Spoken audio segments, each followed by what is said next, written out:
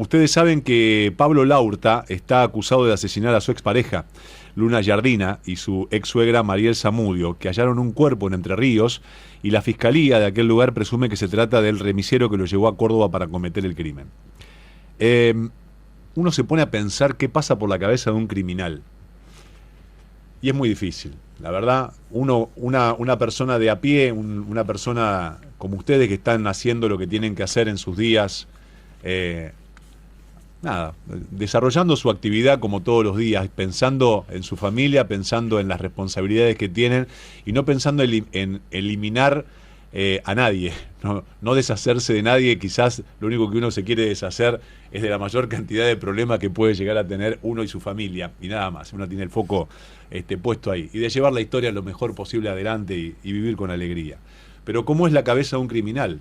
¿No? Una vez se pregunta, ¿por qué hacen lo que hacen? ¿Qué les pasó en su infancia? ¿Qué lo lleva a cometer una atrocidad de estas características? Y hay una persona que quiero, y que está en línea, y quiero compartir con ustedes este momento, que es el reconocido doctor Enrique de Rosa, que explica cómo funciona la mente de los victimarios. Enrique de Rosa es un reconocido psiquiatra forense argentino con una vasta experiencia en el campo de la salud mental y criminología, y se ha destacado por su labor en la evaluación y tratamientos de individuos involucrados en el sistema judicial, combinando su profundo conocimiento de la psiquiatría, obviamente, con su habilidad para el análisis forense, algo desde el punto de vista de la investigación apasionante, hasta para uno, para saber qué pasa ahí adentro, ¿no? Y por qué se comete lo más atroz que puede llegar a imaginarse uno, que es quitarle la vida al otro, y nada más, así porque sí. Doctor, ¿cómo le va? Sebastián Chapiro lo saluda aquí en Duplex, en LU2 de Bahía Blanca. Gracias por atenderme. ¿Qué tal, Sebastián? Abrumado por su presentación, pero subsisto a mi narcisismo después. Bueno, esta es la mente de un presentador, de un locutor, de un periodista. Diga lo que usted quiera, así funciona mi mente.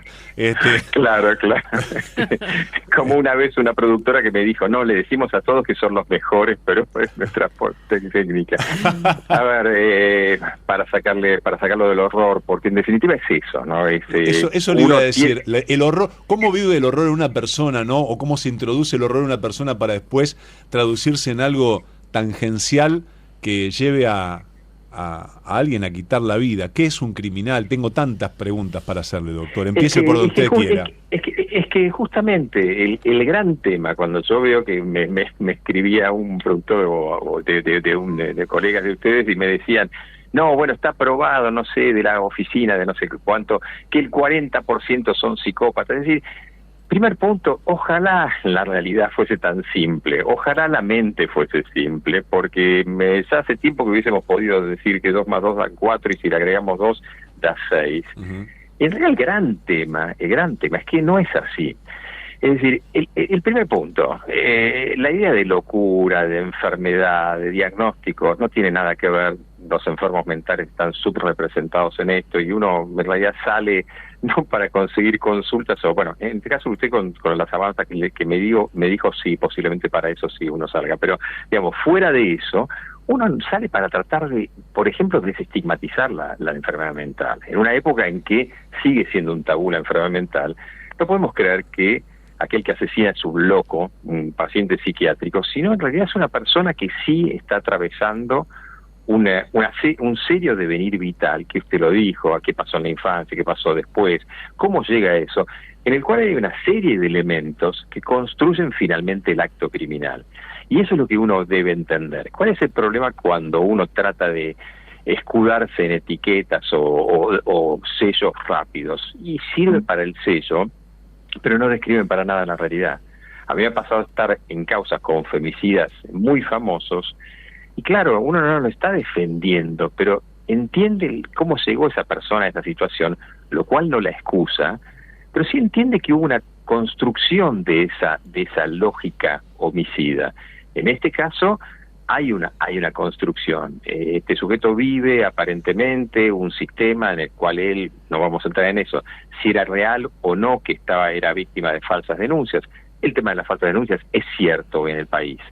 Ahora, él era víctima y eso no lo sabemos. Lo que sí sabemos o suponemos que él había construido toda una dialéctica respecto a esto, y esa dialéctica en el fondo tenía que ver con la dialéctica del odio, una especie de lógica que uno, si quiere, de lo psiquiátrico la puede llamar paranoide o lo que sea, pero que avalaba que había un grupo, las mujeres por ejemplo, que puede ser a quienes buscan destruir hombres. Y encima, entonces, logra organizar mítines, logra organizar lecturas cuasi filosóficas al respecto, y en algún punto lo ilógico empieza a tener ese deslizamiento hacia lo criminal.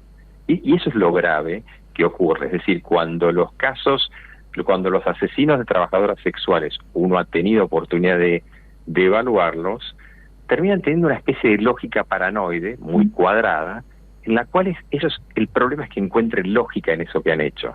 Y no solamente lógica, sino un sentido. Claro, doctor, acá le quiero hacer un stop, porque la pregunta que se impone, que es central, es cómo se construye y desde qué episodios quizás hay comunes denominadores dentro de la casuística que usted tiene, que dice, hay una construcción que hacen a un perfil que deviene en este tipo de atrocidades. ¿Existe esto para poder armar ese perfil de homicida y que lo lleve a la práctica, construido en base a qué episodios desde lo vivencial?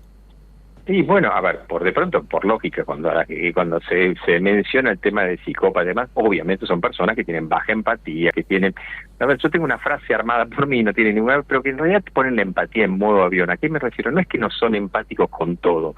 Deciden con qué ser empáticos y con qué ser de una crueldad fabulosa, o con qué no tener ningún grado de empatía. Sí les falta culpa, sí tienen una falta de inhibición de los impulsos, sí tienen pérdida de frenos inhibitorios, y sí, sobre todo, tienen una dialéctica, una lógica interna que avala de alguna manera, que valida eso. Y ahí sí empiezan a rodearse, y eso es lo preocupante, en esos grupos como el que él había armado, que validan esto. Cuando eso queda validado, falta un fósforo que puede prender la mecha, porque en realidad ahí sí está aprendiendo cuestiones que hicieron a su crianza, y en esa crianza puede haber desde sucesos traumáticos, desde abuso, desde una serie de cuestiones en las cuales el sujeto cree que tiene que tomar revancha de la vida, ¿no? Porque él se coloca en el lugar de víctima en la cual de alguna manera comete un acto. Piensen ustedes en el caso Barreda, cuánta gente, hasta no voy a mencionar quién, pero lo estuvo defendiendo hasta ahora a Barreda. Entonces, cuando Barreda tiene una frase que la dijo varias veces. Es un caso que yo lo he leído mucho, no sé por qué. Y siempre repite una misma frase, que es siembra vientos y cosecharás tempestades. Y se queda mirando de una forma tan tétrica que da miedo. Entonces, una persona que desde muchos años quizás va siendo o construyendo ese asesino silencioso que después perpetra sin ningún tipo de piedad, desatando como una compuerta que se abre todo lo vivido, lo sufrido en un rato. Y lo acumulado, supuestamente, claro, en un lugar de víctima. Sí. Y por eso yo mencionaba, en los días recientes salió otra vez el caso Cordera, en la cual volví a repetir la cuestión de relatar un episodio. Imaginemos una persona sometida a un grado de presión, pero el problema es que cuál es la vía de liberación de esa tensión, y sobre todo, esto que usted dijo recién, que es interesante, son esas lógicas, yo no me acordaba, no lo tenía presente. Si uno cree que lo que está haciendo es acumular, también está pensando que está validando lo propio. Claro. Entonces, esa validación es la que yo hablo, y esa es la parte que a mí me preocupa, porque eso no habla de una estructura psíquica individual, sino que habla de una narrativa, o si quiere, en términos antropológicos, de una concepción filosófica conceptual que hace a eso, que valida el crimen. Es decir, obviamente en momentos de guerra es lógico que yo salga y mate al enemigo. El problema es que yo vea, como me ha pasado en una causa, que un hombre de fuerza de seguridad me estaba hablando, y era tan loca su forma de hablar que me dice en un momento, me puse en posición de tiro y repelí al enemigo. ¿Sabe quién era el enemigo? Su mujer. Pero él había estado, su mujer en algún momento antes había pasado, en algún año, tiempo, semanas, había pasado a ser aquel que él como policía tenía que ser enemigo. Cuando yo tengo esa estructura, por supuesto que dentro de lo clínico puede entrar lo paranoide, pero lo preocupante es una sociedad, sujetos que están validando esa narrativa. Claro. Doctor, y en este caso en particular sucede lo mismo que hablamos recién, hay una construcción muy marcada, hay patrones que cuando usted los entrevista se pueden llegar a unificar dentro de un perfil, ¿y cuáles son ellos? Y bueno, o sea, esa falta de empatía que me dijo, ¿no? Pero digo, a mí me culpa la falta de empatía, la sensación de colocarse ellos como ofendidos, como quienes han cosechado y padecido las tempestades y los vientos. Hay un psicólogo Bandura que hablaba de una moral dislocada, una moral desarticulada. Yo acomodo el criterio moral a mi realidad. Entonces, el sujeto que comete un crimen, en algún punto, no lo hace en muchísimos casos, pensando que está haciendo algo horroroso, sino que está cometiendo algo o hasta le diría, justo en el sentido de la justicia, reparador. Él está haciendo algo que establece un orden. Sí, para su psiquis y para sí mismo está haciendo, en algún punto él mismo está haciendo justicia en algo que él cree, por supuesto, porque a mí también me hace muchísimo ruido de haber visto infinidad de veces en los juicios cuando se enfrentan la víctima con el victimario y la víctima le pregunta por qué lo hiciste, y hasta algunas veces se dibuja como una sonrisa que decís, qué tétrico, ¿no? La respuesta que fue simplemente una sonrisa como diciendo, ya estoy contento porque cumplí mi cometido. Entonces, y del otro lado la víctima nunca va a encontrar ni reparación, ni consuelo, ni una respuesta como la que usted está construyendo. No, y bueno, por eso la justicia, que por definición es darle a cada uno lo suyo, y las dos diosas o las hermanas de la justicia, Temis y Némesis, una era Temis la que establecía la igualdad entre las cosas, pero la otra forma de la justicia era Némesis, la venganza. Ahora, cuando yo creo que tengo el derecho a la venganza, y me convenzo de eso, obviamente la valoración moral de todo desaparece y no necesito estar loco, entrecomillado, o con un diagnóstico de no sé qué, sino que soy algo mucho más peligroso, que soy un sujeto convencido de su razón.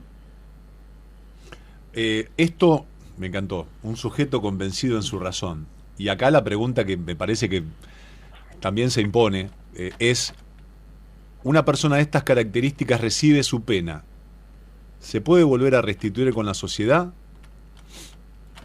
¿Se cura a un criminal de estas características? No, bueno, y ahí viene por qué empezar, porque no soy una enfermedad, no, porque no hay cura, no hay enfermedad a curar. Ahí está. No hay ninguna enfermedad a curar. Por eso digo, creo que la sociedad se defiende pensando, y es lógico que piense, no, es un enfermo, es un esto, el otro, porque en algún punto todos queremos creer que esto es una anomalía del sistema, ¿no? Es decir, la Matrix ha dado un error. Y no, en realidad, eso es parte de nuestro sistema. ¿Y por qué tenemos que estigmatizar seriamente los discursos de odio? Y no es porque la frase de Gandhi, ojo por ojo terminamos todos ciegos, es absolutamente cierta. Es decir, una sociedad que no le tiene temor, no tiene temor frente a la violencia, el no matarás es eso, es una sociedad que ha perdido el rumbo. Y no se trata de ser bueno. Yo no creo que soy bueno diciendo esto. Lo que estoy diciendo, estoy intentando que no nos destruyamos. ¿Por qué? Y hasta egoístamente, porque no quiero ser yo destruido. Cuando uno pierde esa percepción de que la vida del otro implica la vida propia, y realmente entramos en estos crímenes, porque el sujeto cree que matando a la madre de sus hijos hay algo bueno, o hay algo liberador. Bueno, esto vive pasando en los femicidios. Claro. Es una persona que no se puede restablecer en la sociedad. Esto lo quiero preguntar porque hay un sistema, hay una cárcel, hay un sistema que le dice usted va a pasar tantos años o de por vida o por tal motivo, 2 por 1 o lo que fuere, o por que tiene un buen abogado, sale y vive en la sociedad y es un peligro latente. Sí, a ver, por eso todos estos casos deben tener que tener una continuidad como los delitos sexuales, ni que hablar, deben tener una continuidad de seguimiento absoluto, porque no, vos lo sabés, esto no hay, ojalá esto fuese una enfermedad que uno cura o le dice un fármaco, o bueno, el tema famoso en su momento, los delitos sexuales, la castración química y demás, está súper demostrado que no funciona. ¿Por qué no funciona? Porque es el individuo, no es la farmacología, no es sino es la construcción del individuo. Doctor, me encantó la charla y podría ser muchísimo más extensa por lo apasionante, por su capacidad de síntesis y también de ser tan certero en cada una de las respuestas. Le agradezco infinitamente que me haya atendido. Por favor, el agradecido soy yo, que tengan un muy buen día. Igualmente, el doctor Enrique de Rosa es un reconocido psiquiatra forense argentino, como les conté, con una vasta experiencia en el campo de la salud mental y criminología, hablando sobre cómo se construye una mente criminal.